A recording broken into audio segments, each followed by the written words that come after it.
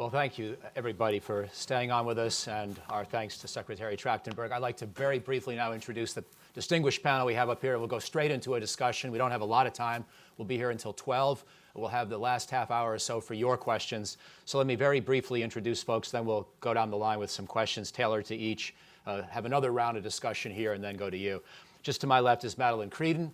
She was, and in this case, the word principal deputy, I think, does apply, principal deputy administrator of the Department of Energy's main arm that works on the nuclear warheads of our arsenal, the National Nuclear Security Administration.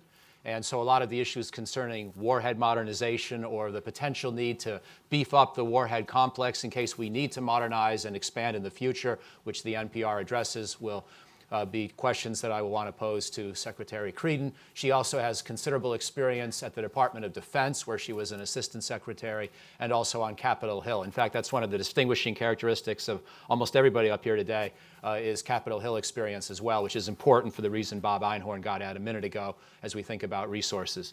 Just to Madelyn's left is Dr. Jim Miller, who was Undersecretary of Defense for Policy in the Obama administration. Prior to that, he was Principal Deputy Undersecretary of Defense for Policy under Michelle Flournoy in the first term, when he helped write the Nuclear Posture Review of 2010 that we've heard referenced several times. That was the previous NPR. And my opening question for Jim and for the panel in general is going to be, in fact, how much continuity is there from the 2010 NPR and how much change? And we'll get to that in just a moment. One more point on Jim. If you read his bio, you'll also notice, just as General Marty Dempsey did in the farewell speech he gave for Jim, that Jim was an excellent tennis player at Stanford. And I can attest to that. If you see the scar on my face, this is, well, only with slight exaggeration, Jim running me into the wall of the indoor facility with his slice second serve to the ad court. But that's just a personal note that I appreciate the indulgence.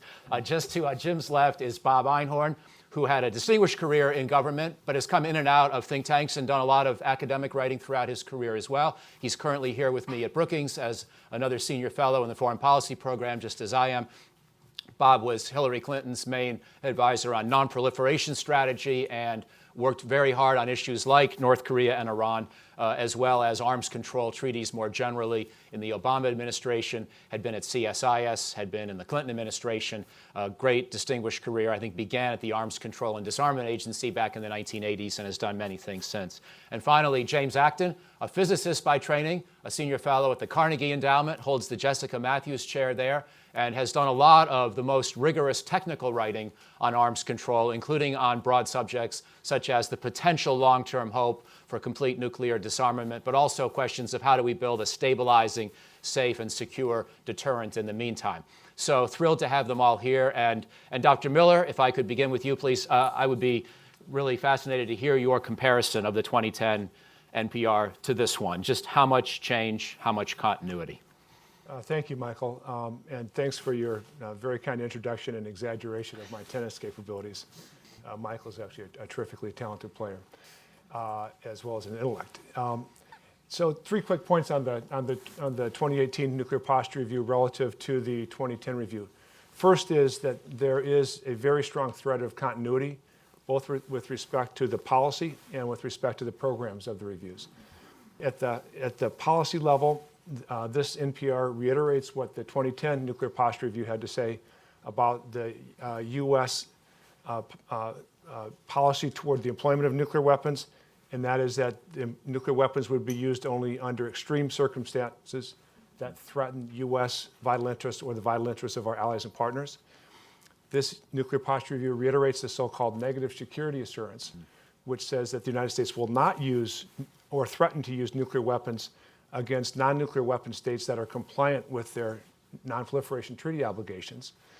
And finally, this review, like the past review, rejects no first use or so-called sole purpose for nuclear weapons, but makes clear, in my view, that the fundamental role of nuclear weapons is to deter nuclear weapons use.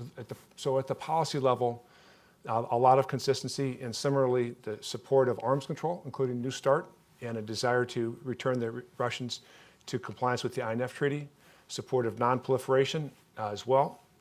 And finally, a reiteration that the United States will abide by the Comprehensive Test Ban Treaty and not seek nuclear testing, although this administration says it will not pursue ratification of that treaty. So from a policy perspective, a tremendous amount of continuity.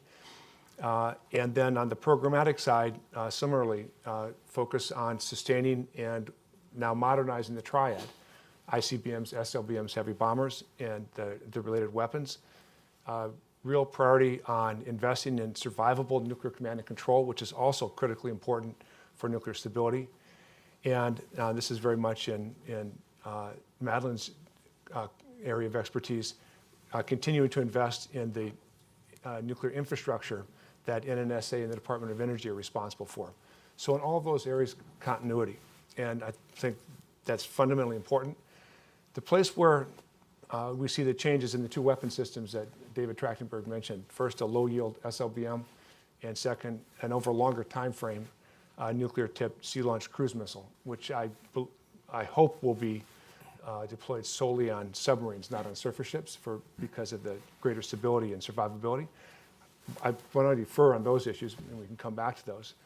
The third point I want to make is that there's an important difference, and there's no question that the 2010 nuclear posture review was President Obama's nuclear posture review. He'd given the Prague speech. Secretary Gates forward to the 2010 nuclear posture review noted that this was an implementing mechanism for the Prague speech.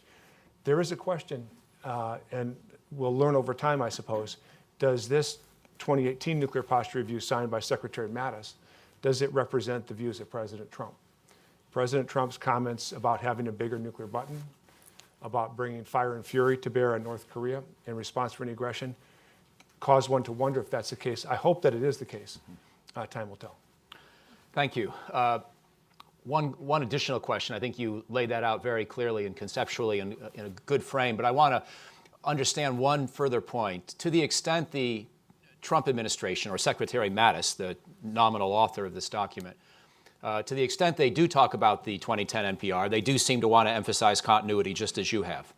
In those places where they acknowledge discontinuity, they seem to attribute that less to a difference in worldview, Obama versus Trump, vision of nuclear disarmament versus, big button.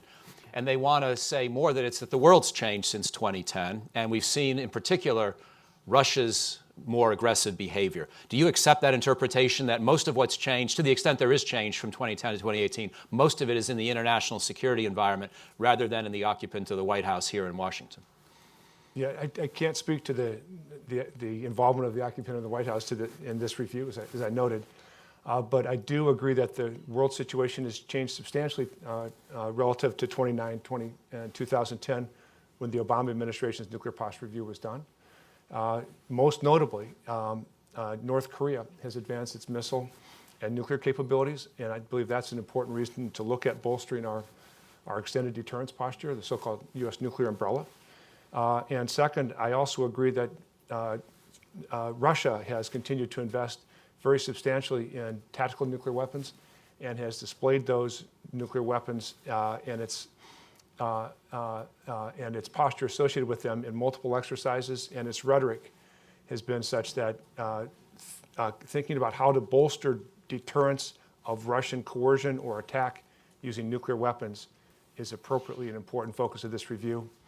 And I'll just say, I'm sure we'll talk about later, but I'll say I think the steps that were taken in this review with the low-yield SLBM weapon and with the nuclear SLCM both make good sense given those changes. So I do have one final follow-up, and then we'll move on to Bob Einhorn and then Madelyn and James. You mentioned North Korea and Russia. You didn't mention China explicitly. Of course, you're being very concise and cogent, but I want to give you a chance to speak now about China. One striking dimension of the national security strategy and then the national defense strategy of the Trump administration, they tend to paint China and Russia with a similar brush. And the NPR does a little bit of that as well. Personally, I see China's nuclear behavior as much more restrained than Russia's. And so I'm a little bit concerned about the single brush. I wondered if you wanted to comment on that question as well. Michael, I agree with your assessment. And my focus on North Korea and Russia was intentional. Yeah. Both of them have advanced their nuclear capabilities over the last 8 years. And in each in its own way is relying significantly on nuclear weapons, not only for deterrence, but for coercive capability. China has, as you know, has a no first use nuclear policy. I find that relatively credible, and I believe that their behavior and their modernization programs are consistent with what one would expect, given their no first use policy for a country that is not just a to-be rising great power, but is a great power today, and establishing a diverse set of capabilities so that the People's Republic of China leadership can be confident that they have a secure second strike capability is a sensible set of steps from my perspective. It would be surprising to me if a great power took a different approach. Thank you. Bob, let me turn to you. And again, we've been wrestling with the question of how much change, how much continuity. I know you've been thinking a lot about declaratory posture. How would you sum up the overall situation? Do you see more continuity than change from this nuclear posture to what had preceded it? Thanks, Mike. There's some of both, continuity and change. Like the 2010 NPR, the 2018 NPR preserves the option for the United States to use nuclear weapons in response to both nuclear and non-nuclear aggression. As Jim just pointed out, both NPRs therefore reject the idea that deterrence of nuclear attack should be the sole purpose of U.S. nuclear weapons. So there's some continuity there. Also, and David Trachtenberg mentioned this, like the 2010 NPR, the Trump NPR says the United States will only consider the use of nuclear weapons in extreme circumstances when the vital interests of the United States, its allies and partners are at stake. But there's an important difference here, at least in my view.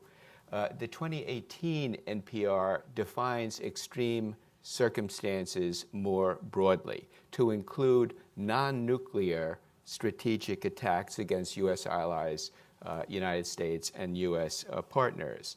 Now, the Trump NPR doesn't really define non-nuclear strategic attack. It doesn't explain what would make a nuclear attack strategic. Instead, it provides some examples. Non-nuclear attacks against civilian population centers and critical civilian infrastructure, against early warning, command and control, attack assessment capabilities.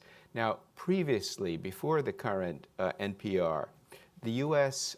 maintained the option to use nuclear weapons in response to massive conventional aggression to stave off a major strategic defeat.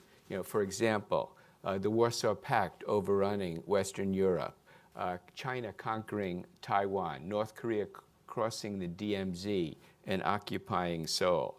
The U.S. also preserved the option to use nuclear weapons in response to a non-nuclear WMD attack, equivalent to the use of nuclear weapons in lethality, such as a truly mass casualty biological weapons attack. These circumstances, in my view, set a very high bar for the U.S. initiation of the use of nuclear weapons. The examples that are provided in the Trump NPR, I think, lowers the bar. The use of nuclear weapons, in my view, would hardly be the most effective, proportionate, or credible way to respond to, for example, conventional bombing of population centers, conventional or cyber attack against critical infrastructure such as the electrical grid, or kinetic or cyber attack against warning or C-cubed assets. In my view, a better way to protect those potential targets is to make them more resilient, redundant, or defensible, and to threaten to retaliate with more credible but still highly potent non-nuclear means. The Trump administration may believe that declaring a readiness to use nuclear weapons in a wider range of circumstances will enhance deterrence. But I think such a declaratory policy has some significant downsides. If an adversary believes that the United States will use nuclear weapons early in a conflict, it may calculate that it's better off using nuclear weapons first. And concerns that the administration may be increasing the role of nuclear weapons if this perception were to become widespread in the American public, it could undermine the domestic consensus that is required to pursue the recapitalization of the U.S. Deterrent. The Trump administration may have been motivated, at least to some extent, by a political impulse to adopt a more robust approach to deterrence than its predecessors. But the 2018 NPR declaratory policy may raise some serious questions about the administration's nuclear intentions and might even do so without significantly increasing deterrence. Bob, thank you. Just one follow-up for you. Do you have a sense there were certain scenarios the administration may have had in mind of this sort of non-nuclear strategic variety that they were really concerned about, that we had somehow underappreciated the severity? For example, high-altitude nuclear burst. I guess that would be a nuclear attack. But the equivalent in a cyber realm, for example, that brought down much of our national electricity grid and sort of put us on our heels as a nation for a year or what have you as we tried to rebuild the electricity infrastructure. Do you think it was specific scenarios like that, or was it a broader sense of just wanting to leave a sharper contrast with predecessors? I'm not sure of that, and I think the administration will be under pressure in the weeks and months to come to begin to articulate what kinds of scenarios they would consider to be the kind of non-nuclear strategic attack that could warrant, our consideration of nuclear use. I think some of the scenarios you mentioned are in their minds, but clearly the administration is going to be reluctant to be drawn out into specifics. I think it believes that ambiguity enhances deterrence, but I think ambiguity can be confusing. And it could lead some U.S. adversaries to jump to the wrong conclusion that the U.S. really is prepared to initiate nuclear war early in a conventional conflict. I think this is going to be, it may be difficult to sell current declaratory policy. I think, fortunately for the administration, issues like the price tag of modernization and the supplements, the nuclear SLICM, the low-yield SLBM, those are easier to grasp onto in the public debate.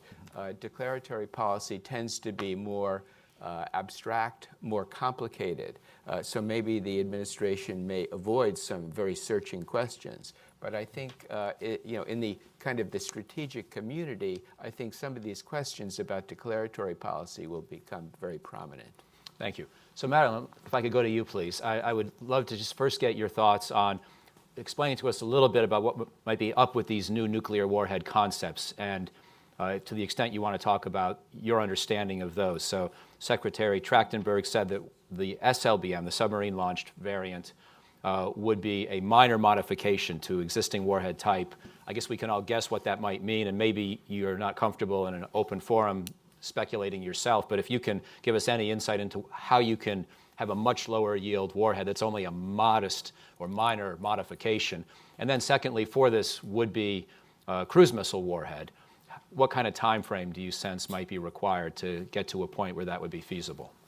Thanks, Michael. I want to actually start with another little twist. Please. In really a bit of the emphasis on this, and that's really the lack of emphasis on nonproliferation, threat reduction that was in the 2010 NPR. So in terms of tone, although as both Jim and Bob have said, a lot of the policies are relatively consistent, I think this lack of emphasis on threat reduction and nonproliferation is telling.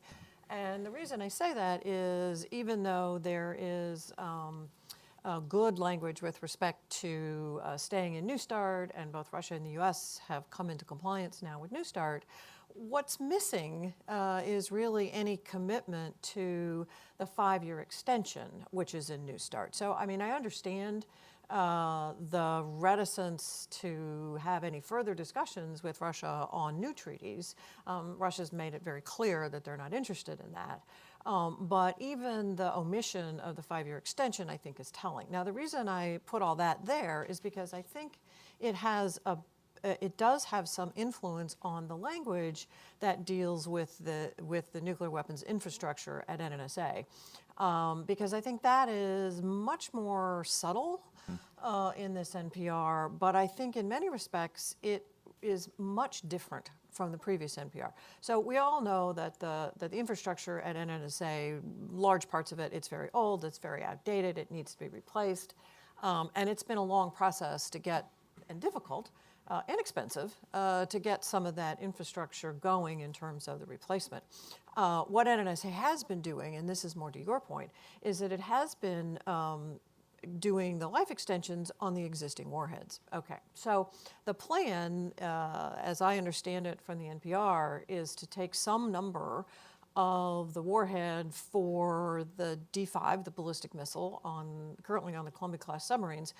So this W-76 is the one that's almost finished with the life extension. This was the first big life extension.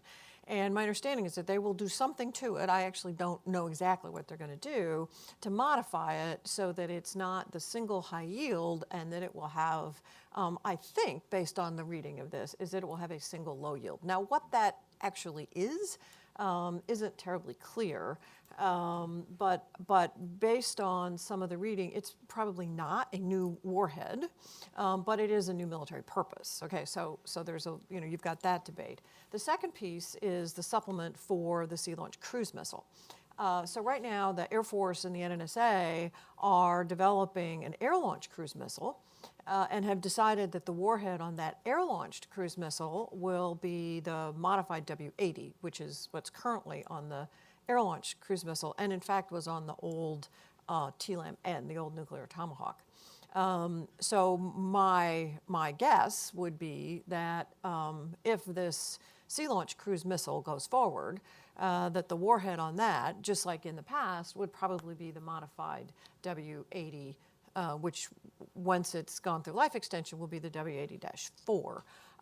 The first production unit for that 80-4 is until 2024. So all of this is very much out there in terms of timing. And that first set of 80-4s is really going to be for the air-launched cruise missiles. So again, if that's the way they go, that's not a new warhead, but and in fact sort of a return to an old capability.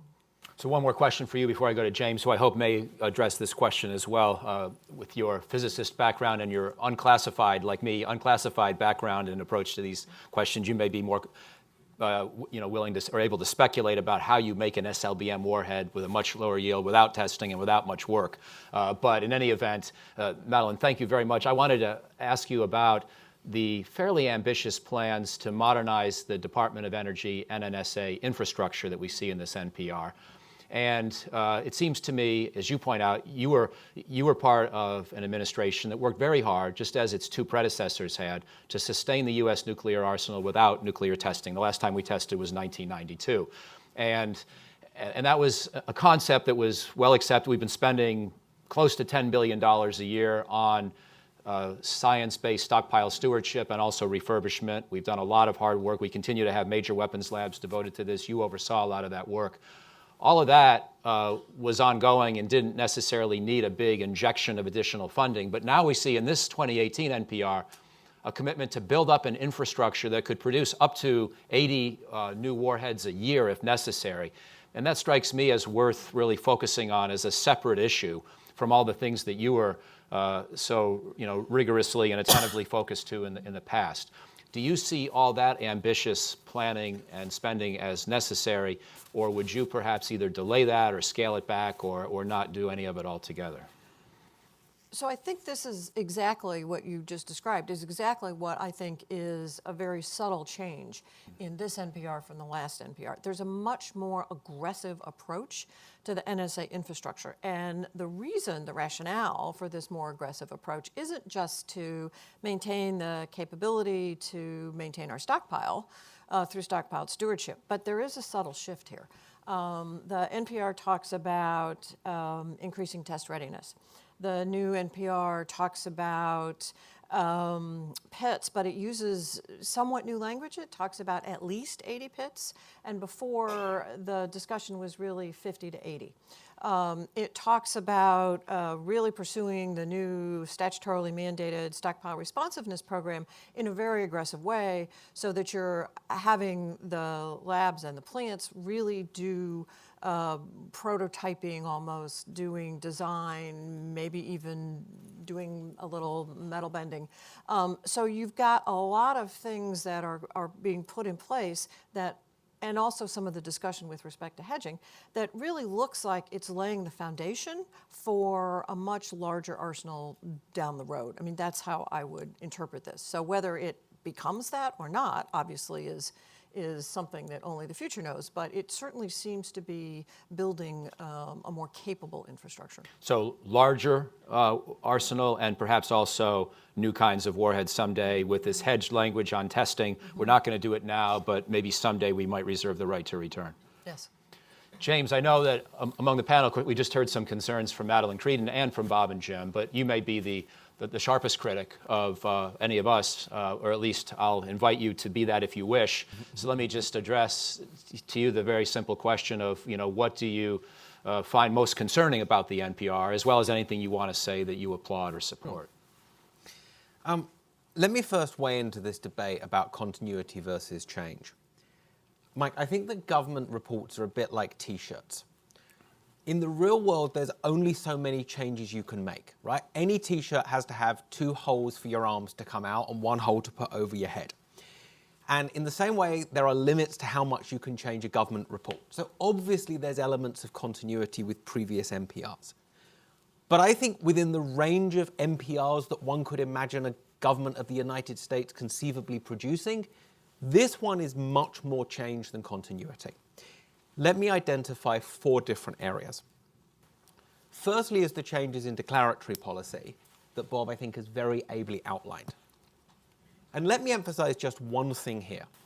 The United States is now threatening to use nuclear weapons in response to attacks that would almost certainly kill not a single human being. I'm referring here to attacks against space-based elements of the US nuclear command and control system. Those attacks could be extremely consequential. I'm not playing down their significance. I think threatening to respond with nuclear weapons to those is dangerous and incredible. Secondly, this document does not make any attempt to reassure Russia about the survivability of its nuclear forces. For decades, the United States has been willing to say, whatever incredibly serious political disagreements we have with Russia, including at the moment its annexation of territory from 2 sovereign states, we accept that we are in a relationship of mutual deterrence with Russia, and we're not going to try to undermine Russia's nuclear arsenal. This document does not do that. Thirdly, for practical intents and purposes, this document takes arms control off the table. It pays lip service to arms control. It doesn't completely exclude the possibility of doing it, but it's lip service. There is no serious constructive arms control agenda laid out. And fourthly, there's this issue of new capabilities, which are quite rightly, the framers of this NPR, in my opinion, rightly have concerns about Russia and about Russian first use. The issue here, though, is I think our fundamental problem is not with Russia's willingness to use nuclear weapons first. We don't have a no first use declaratory policy. We reserve the right to use nuclear weapons first if we were losing a large-scale conventional war. The problem we have with Russia is its combination of conventional superiority around the Baltics coupled to threats of first use. It's those 2 things together. We're worried that Russia might overtake the Baltic states because NATO is conventionally weak there, and then use nuclear threats to try to deter NATO from taking back NATO's territory. I think we should worry about that. I think that's a real problem. But when you frame the problem in the way that I've just done, that the root cause of the problem is conventional weakness around the Baltics, for me, the best solution to that is let's become less conventionally weak around the Baltics. I don't mean we should put hundreds of thousands of troops into the Baltics and have a capability that could match Russia. But what the theory of conventional deterrence tells us is conventional deterrence fails when the other side believes it can execute a rapid and bloodless fait accompli. Right now, Russia is so conventionally superior around the Baltics, it could take those territory in a matter of just a few days with minimal number of casualties. That's a huge problem, in my opinion. Having enough conventional force around the Baltics that Russia would sustain a bloody nose if it tried to take over the Baltics, that it would take 2 weeks of effort and tens or hundreds of thousands of casualties rather than 2 days and hundreds of casualties, I think would enhance our deterrence posture around the Baltic much, much more than 2 different types of new nuclear warheads would. Now, I don't want to go on for too long. I think there are real additional dangers and costs associated with these new warheads. But the big idea I want to get across here is the problem with addressing these security problems in a nuclear posture review is you inevitably end up looking for nuclear solutions to that. To my mind, there is a real security threat from Russia out there, and I don't play that down in any way. But I do think that our fundamental response to that is much more effective in the non-nuclear domain than in the nuclear domain. Outstanding. Here's what I'd like to do. In about 10 minutes, we'll get to your questions. I'm going to offer a couple of thoughts, putting on my old CBO hat, the job I held 25 years ago when Jim Miller was effectively my boss back then, working with Les Aspin, as well as a number of other members of Congress. And we did some studies on the future cost of nuclear forces in the aftermath of the Cold War. I want to look at some of the budget numbers for the modernization strategy, and then work down the row one more time for anyone to offer any additional comments, either in regard to that or in regard to what they've heard from each other. We'll do all of that fairly quickly and then get to you.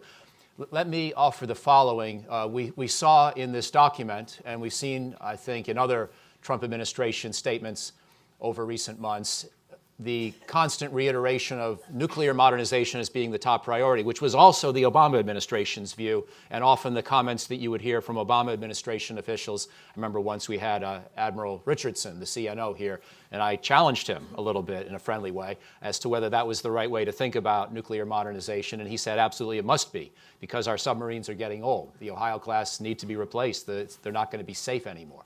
And what I'd like to propose to you is that we look a little more critically at the overall price tag of estimated at $1.3 trillion for the full modernization agenda. And I want to suggest we may need to prioritize.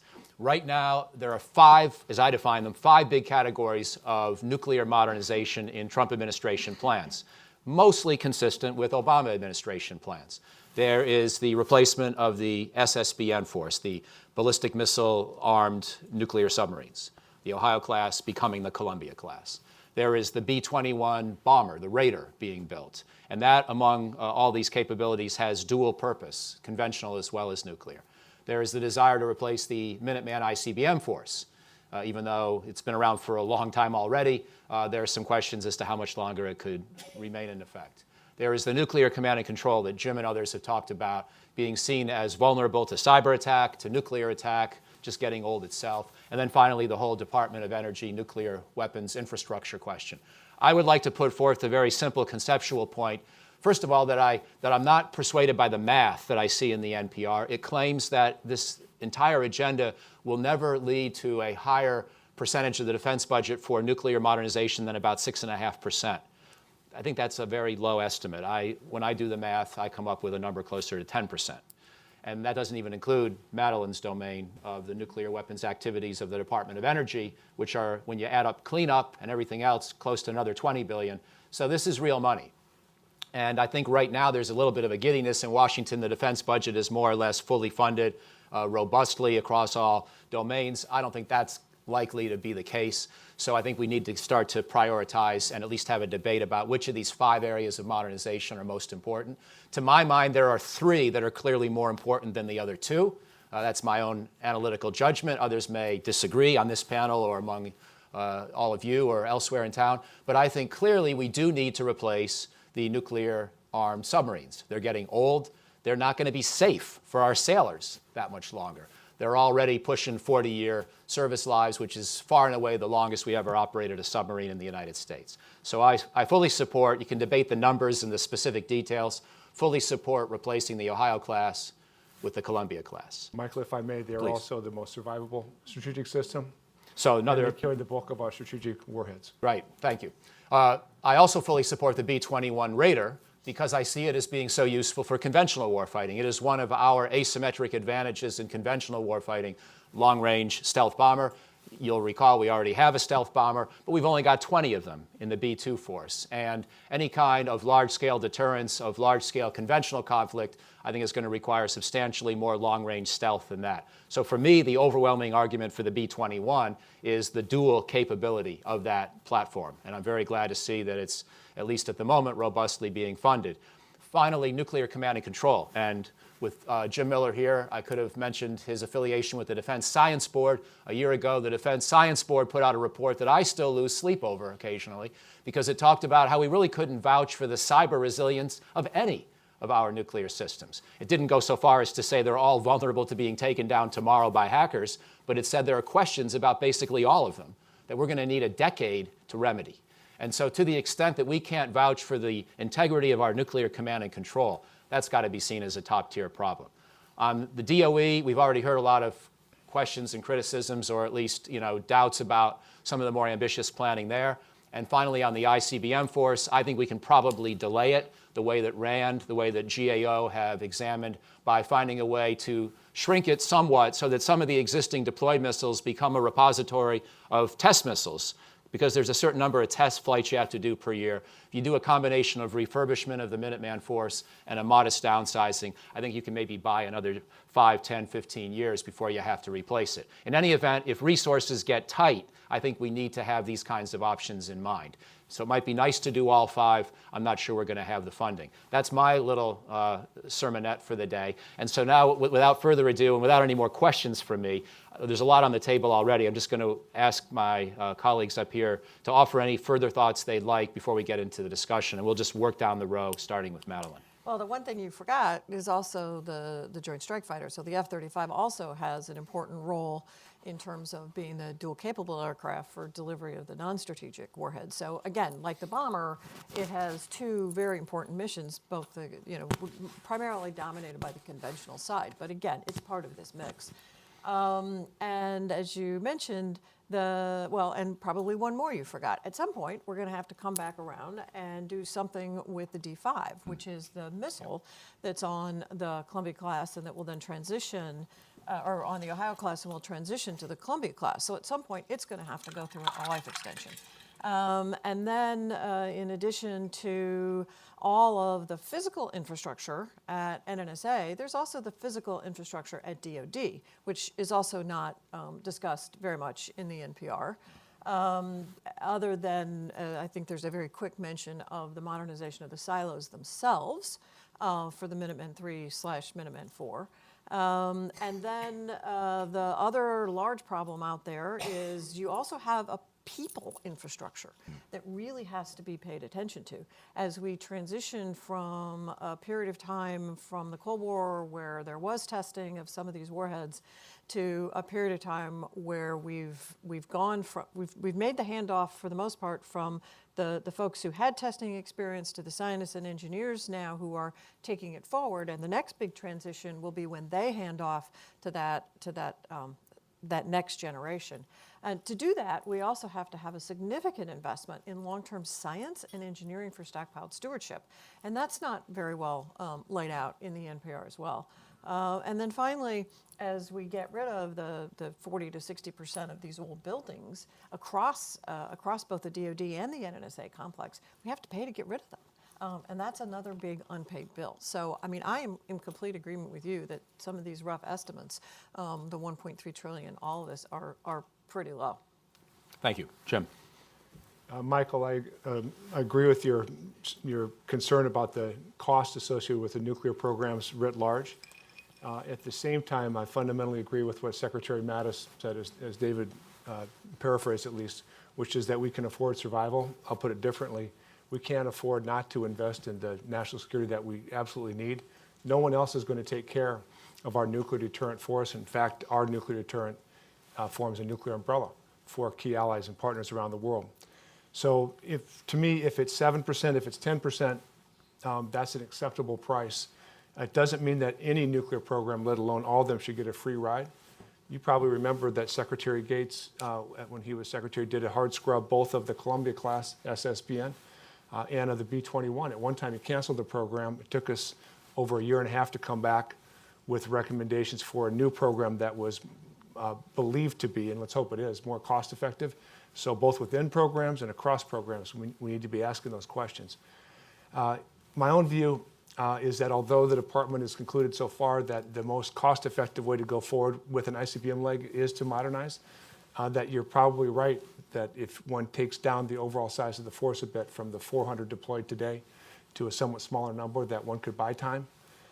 I'll say my own recommendation in that regard is not going to save a lot of money, because I believe the most important role of the ICBM leg of the Triad is to hedge against any future problem with the submarine leg. Don't see it today, could see it 20, 30 years down the road. So a hedge program that includes some research and development on potential mobile options for a future ICBM, to me, makes more sense than putting a whole bunch of hundreds more in silos in the near term. Thank you. Bob. Having a sustainable deterrent requires very broad domestic support. This NPR, the Trump NPR, builds on what President Obama did. President Obama actually had a very robust modernization program, and the Trump administration follows that. Where the Trump administration departs, where it's less continuity than change, in some areas that I think will raise questions about the ability to sustain that national consensus. The idea of new nuclear systems, declaratory policy that suggests that the U.S. is prepared to use nuclear weapons in a wider range of circumstances. I think these will create challenges for building that kind of national consensus. And I think it's important that the administration do more to build that broad support, including a number of panelists have suggested in the area of arms control in particular. There are easy things that could be done, simply agreeing to what the Russians have apparently proposed, which is a 5-year extension of New START. I think Dave Trachtenberg talked about this earlier, and the administration will have to try to keep this consensus together. But it will be a challenge with the current NPR. Thank you. And finally, James. So, as some of you may know, a pre-decisional draft of the Nuclear Posture Review leaked in the Huffington Post a few weeks ago. And you can compare the original draft to the published version. The single most interesting change, in my opinion, was in the letter from Secretary Mattis at the beginning. And in the draft, it said that nuclear modernization was, quote, the top priority of the Department of Defense. And in the final version, it is a top priority of the Department of Defense. And you don't need to have served in government to understand, which I haven't, to understand that the difference between the top priority and a top priority is a very significant difference. And the fact that this change was made in the letter from the Secretary of Defense himself, I don't know who made the change, but I would hazard a guess that it was the Secretary of Defense himself that made that change, given that it was in the letter that was signed by him. If I'm right about that, and I have no idea if I am or not, that suggests to me that your assumption that there will have to be trade-offs made in the nuclear budget, I think is exactly right. And if there are trade-offs made, then I totally agree with Mike about where those should be made. Let me just say one thing about nuclear command and control, which is an area that I'm worried we're shortchanging at the moment. For me, it's kind of balmy to be looking at a third and fourth low-yield nuclear option. And that's what the low-yield SLCM and the Sea-Launched Cruise Missile are. They will be the third and fourth low-yield options. When we acknowledge we have a vulnerable command and control system on which everything depends. The fundamental challenge, I think, with command and control today is that so many of the US assets for command and control are dual use. They're used for both conventional and nuclear missions. The advanced extremely high frequency satellites, communication satellites, would be used to transmit execution orders to nuclear forces. They're used by special operators. They're used by ground forces. They're used by naval forces. So, the other side may have an incentive to attack those in a war to undermine our conventional warfighting ability. And that would have huge implications for our command and control system. As an analyst at a think tank, I can come up with ideas for rectifying this problem cheaply. And as is very well known, every time analysts in think tanks come up with cheap ideas, they always work out that way when they're implemented in practice. There's never, it's so easy to implement these ideas in practice. My sense is, in the current security environment, particularly in the face of developments in anti-satellite weapons and cyber weapons, actually building a resilient and redundant command and control system has the potential to be an extraordinarily expensive prospect. To my mind, that is the single biggest priority we as a nation face when it comes to nuclear forces at the moment. Thank you. Okay, we'll go to all of you. Please wait for a microphone and identify yourself. I'll take about 3 questions at a time, if I could. We'll start here in the 3rd row and then work our way a little bit backwards. My name is Heinz Gärtner. I'm with the Transatlantic Center at the moment. No one mentioned disarmament. So non-nuclear weapon states would argue that the Non-Proliferation Treaty has at least 2 legs, and one is non-proliferation and the other one is disarmament, enshrined in Article 6 of the NPT. The NPR explicitly rejects disarmament in the context of the PEN Treaty.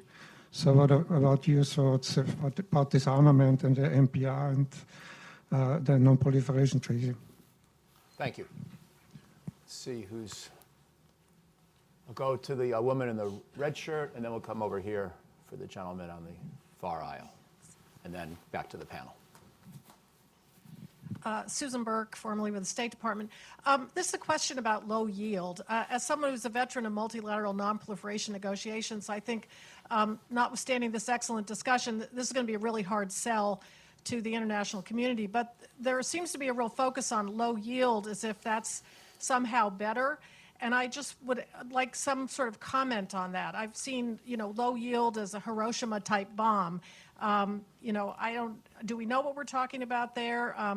Is this somehow better? And I think that is a discussion that's going on social media and so forth, is what exactly is meant. Great, thank you. And then over here, please. I'll start with you, if that's okay. Thank you very much. My name is Rafael from the Brazilian Embassy. We have heard a lot on the rationale for the NPR regarding other nuclear powers or American allies. But I would like to hear, please, some comments on the impact of the NPR on other countries and on the future of the non-proliferation regime. Since we understand that the nuclear power countries are redoubling their bet on their nuclear arsenal, what is this message conveying to other countries? And lastly, regarding the CTBT, it's explicit in the NPR that the United States will not pursue its ratification. What do you think would be the future of this structure that we have for more than 20 years and is not in force? Thank you very much. Great. So we've got a couple of questions on sort of warhead-related issues, and then a couple of questions on broader disarmament strategy. Maybe I'd ask Madelyn to begin, and whichever questions you wish, and each person can then comment on 1 or 2. Well, let me talk a little bit about sort of the CTBT and how it relates, I think, to the NPT and our commitment to Article 6. So the one good thing about this new NPR is that it does commit to continuing the moratorium, which is good. I don't think it was a surprise that there's no interest in seeking CTBT ratification from this administration.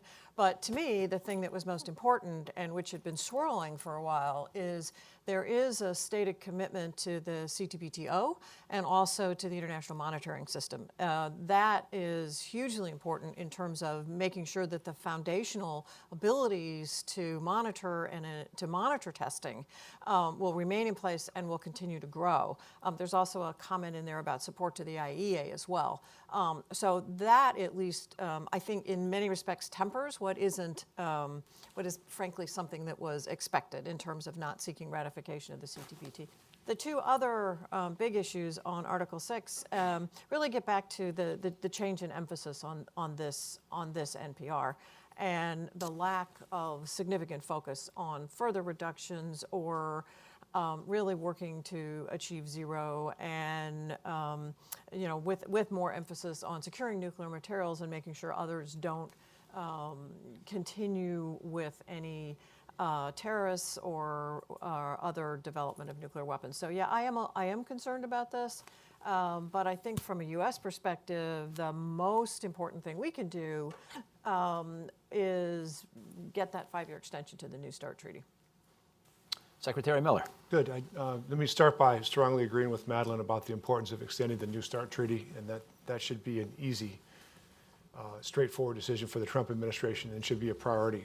The United States has benefited not only from the reductions that we would have in Russian strategic forces without a treaty, but from the data exchanges that occur on an ongoing basis every year, and on the 18 annual inspections that we're able to undertake. Significantly reduces the prospects for worst-case planning on both military sides. On the question of disarmament, and it's worth noting that this NPR does say that the administration continues the long-term goal of a world without nuclear weapons. What it says is that goal looks further away, not closer than it did. I took it as a positive that it still included that goal. What does concern me, and Bob Einhorn articulated this well, is the subtle appearance of the expansion of the role of nuclear weapons in U.S. nuclear policy or U.S. strategy.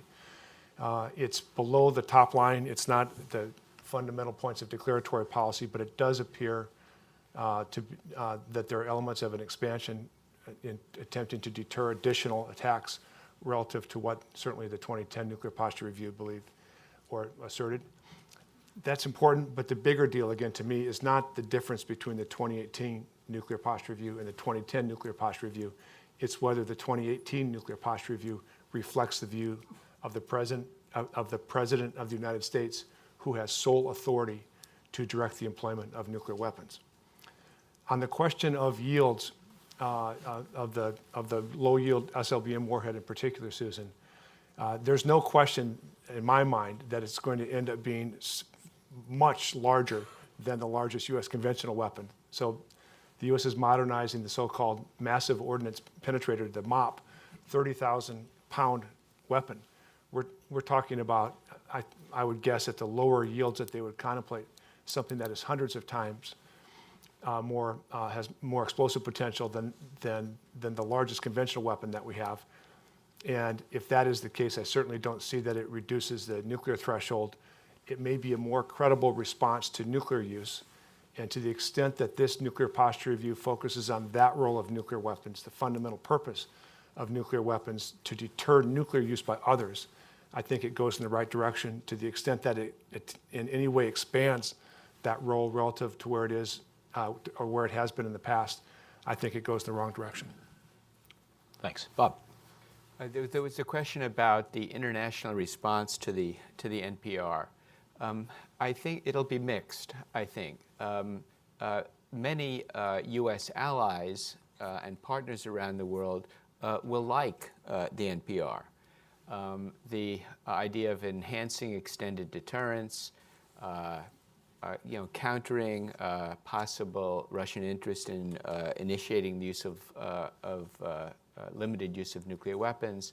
I think our Baltic allies, Eastern European allies, and our Northeast Asian allies will find a lot to like in this NPR. Japan is an interesting case. Japan is the only country that's been the victim of nuclear attack and has been a strong proponent of nuclear disarmament.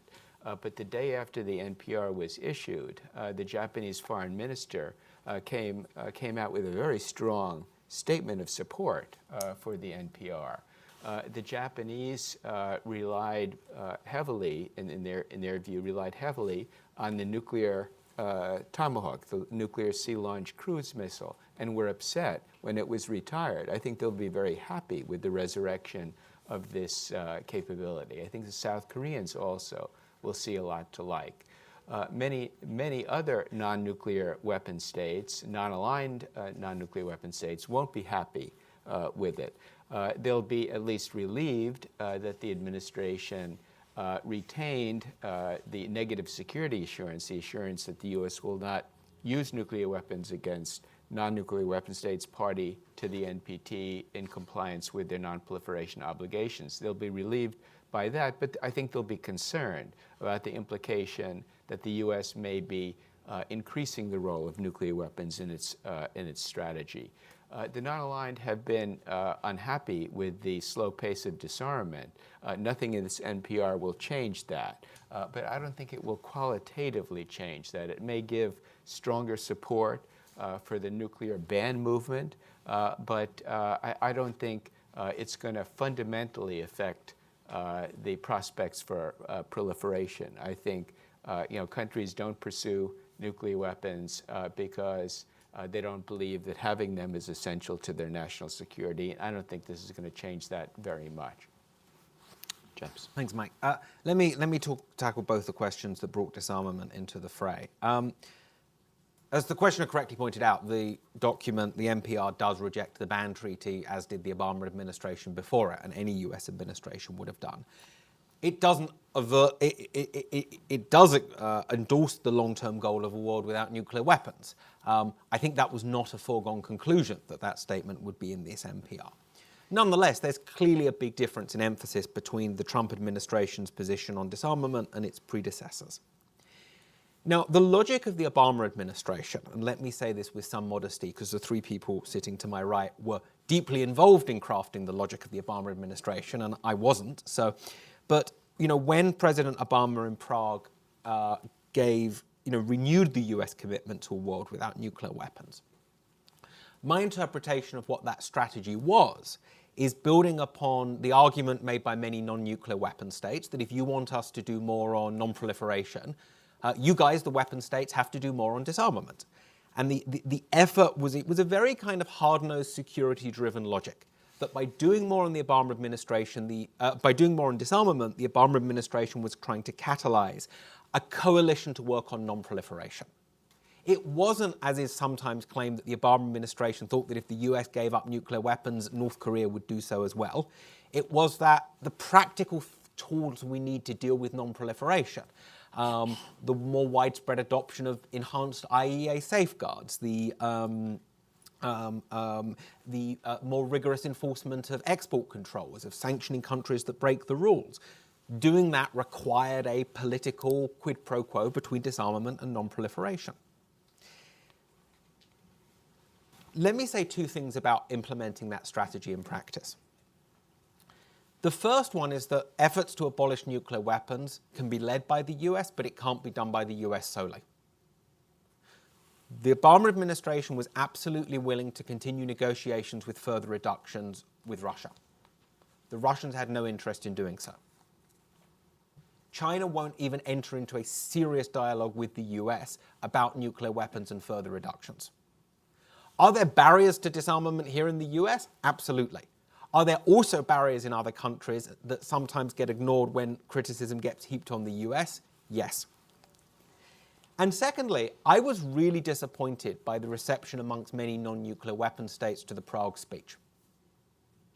Not one single head of state, somebody of an equivalent stature of Obama, stood up and welcomed that speech and pledged to work with him. Not one. Standing up alone as opposed to in the Security Council. So, it's not my job to tell non-nuclear weapon states how they would respond to the NPR. I would love to hear more from non-nuclear weapon states about their response to the NPR. All I would say is, if in a future administration you want the US to take disarmament more seriously, I think the more that there is public support for efforts made by a US president on disarmament, and let's not forget how politically brave the Prague speech was, The more that that kind of effort is endorsed and welcomed by other states, the more chance there is to make it sustainable. We'll do one more round here in just a second. First, I have two clarifying points or additional points.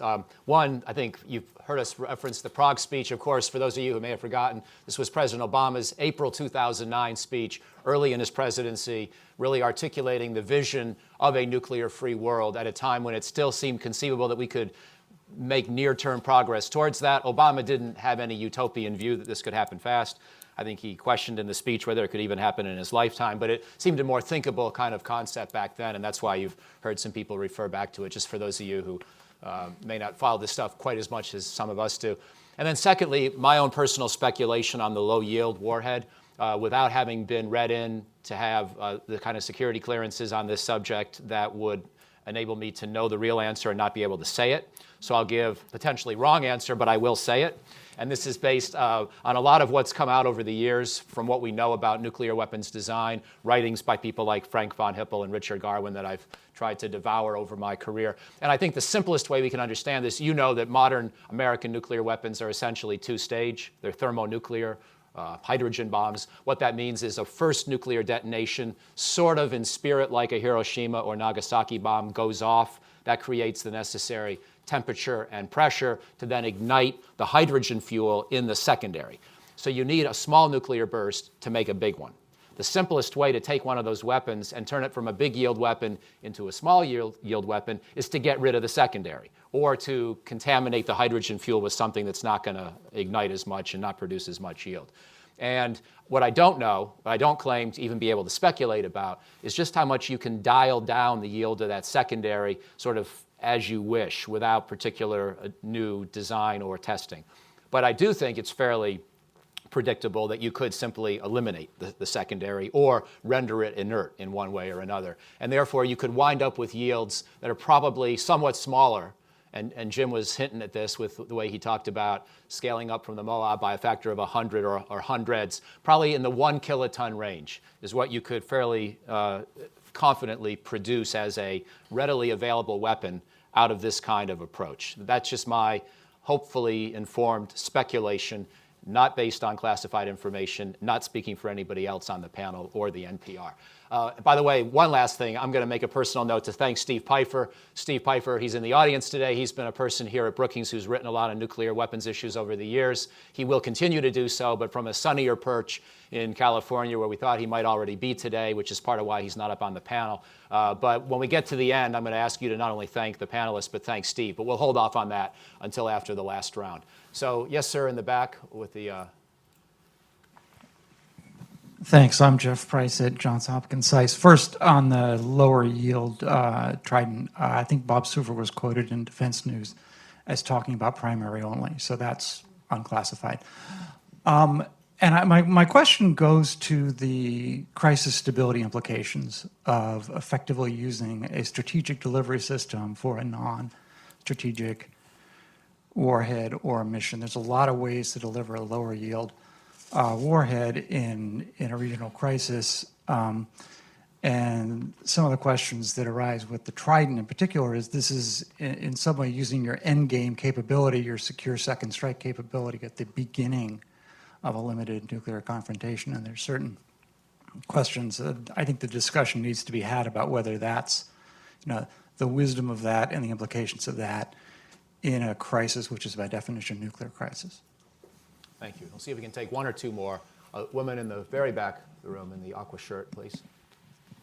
Hello, my name is Alicia Dressman. I'm a nuclear policy specialist. I have a quick question for Madelyn Creedon and then a question for Jim Miller. Madelyn Creedon, do you see in the future an interoperable warhead LEP that would require modification of the physics package, knowing that right now they're focusing on the non-nuclear components? For Jim Miller, you mentioned road mobile ICBMs as a future alternative. Obviously, in the recent Air Force AOA, they canceled that option. Could you gauge qualitatively the hunger for a road mobile option, knowing, of course, that Russia just slashed that because they're broke, as usual? Thank you. And I'll take one more before we finish up here with the panelists. So I'll go here to the fourth row, please.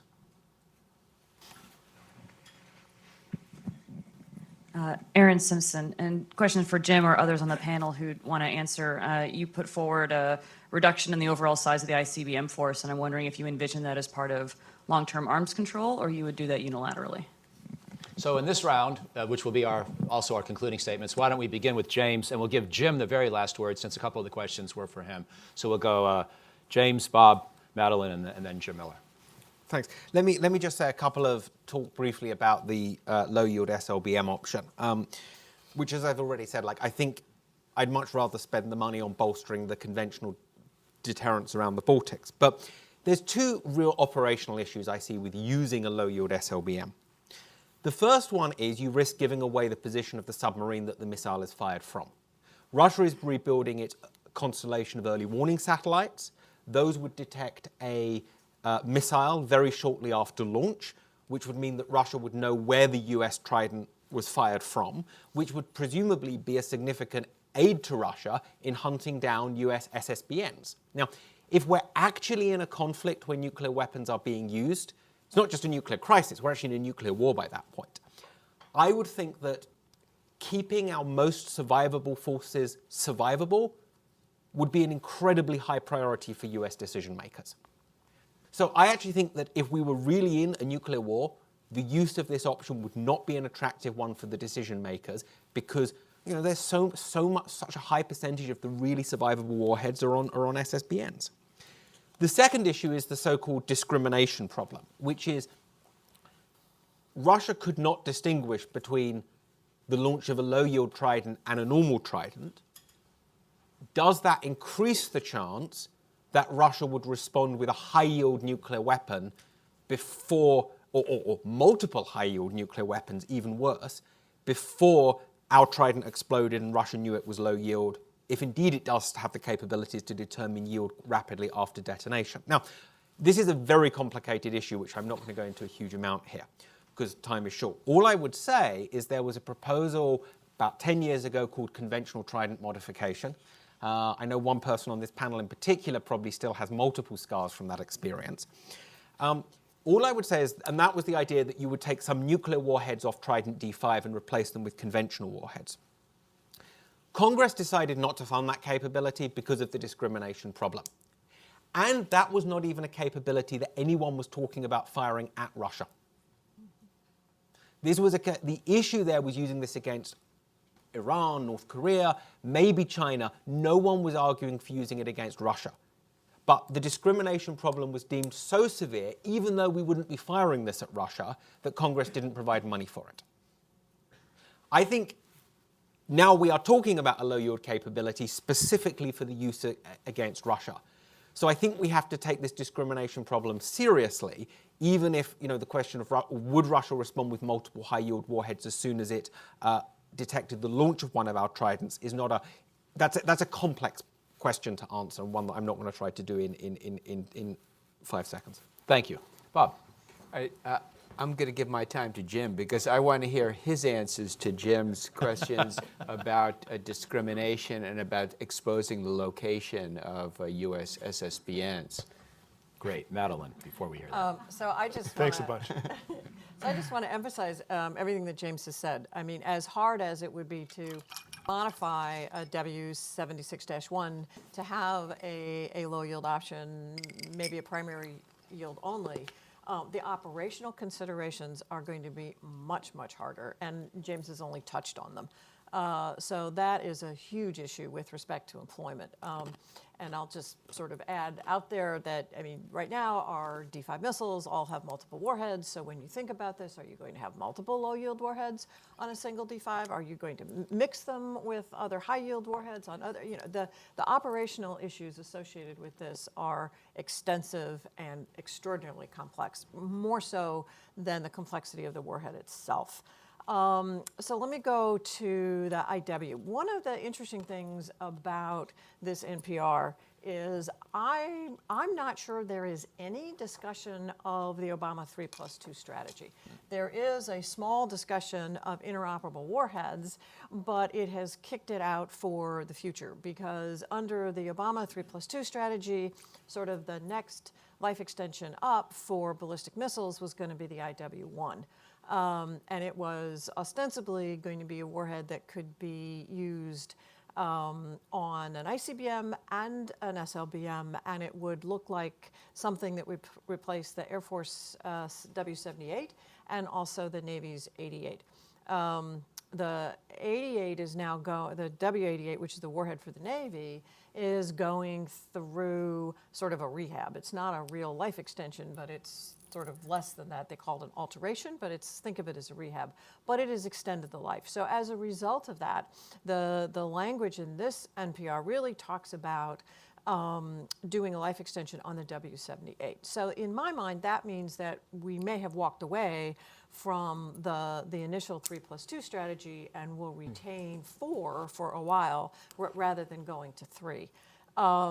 Now, one of the interesting things that I would sort of throw out there for general discussion is maybe if there is real seriousness about thinking on low yields, maybe something that could be explored would be an IW down the road that would have variable yields, so that you're not giving up, if you will, a strategic delivery platform, but maybe you look at something that looks like an IW with variable yields for both the SLs and the ICBMs. Again, way out there, way long term.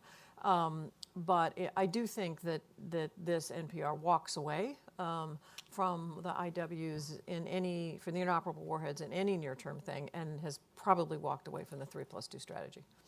So Jim, we'll finish where we started. Over to you. Okay, thank you, Michael. Alicia, I have not seen a great clamor in the land for a road mobile ICBM. And indeed, I'm not arguing for that approach.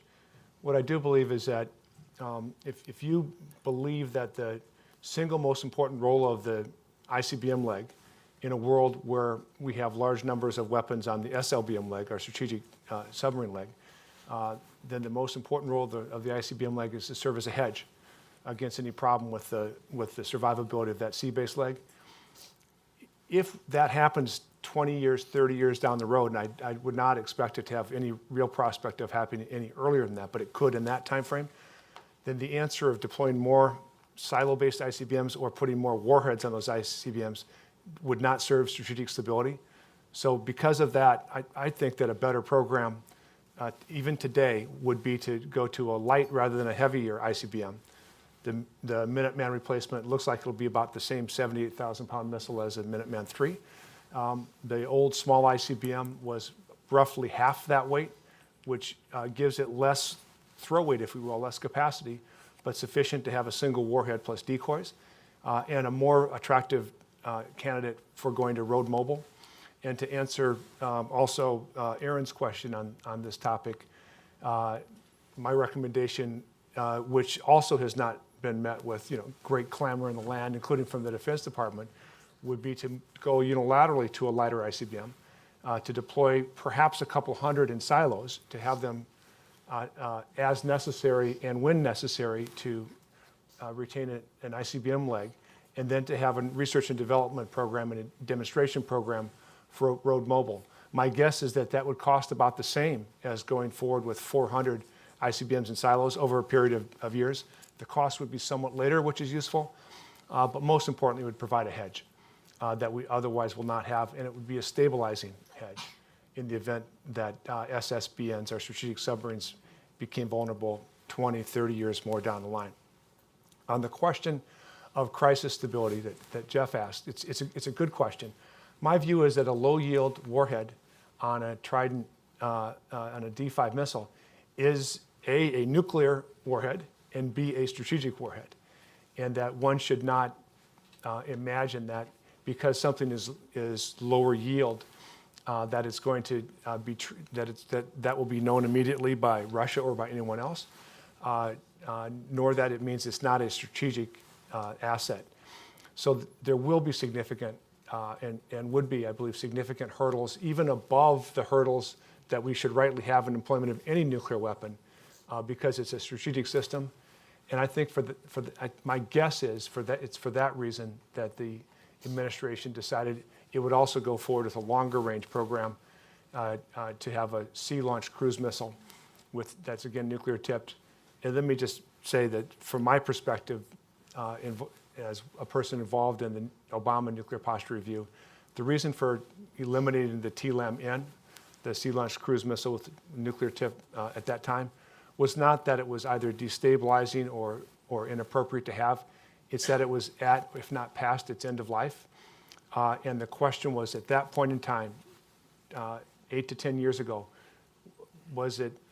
should it be a priority investment of the United States nuclear posture to reinstate that capability, or were there far more important things? At that point in time, the judgment of the president and unanimous recommendation from the Joint Chiefs, as I required as well, was that that system was not necessary and was not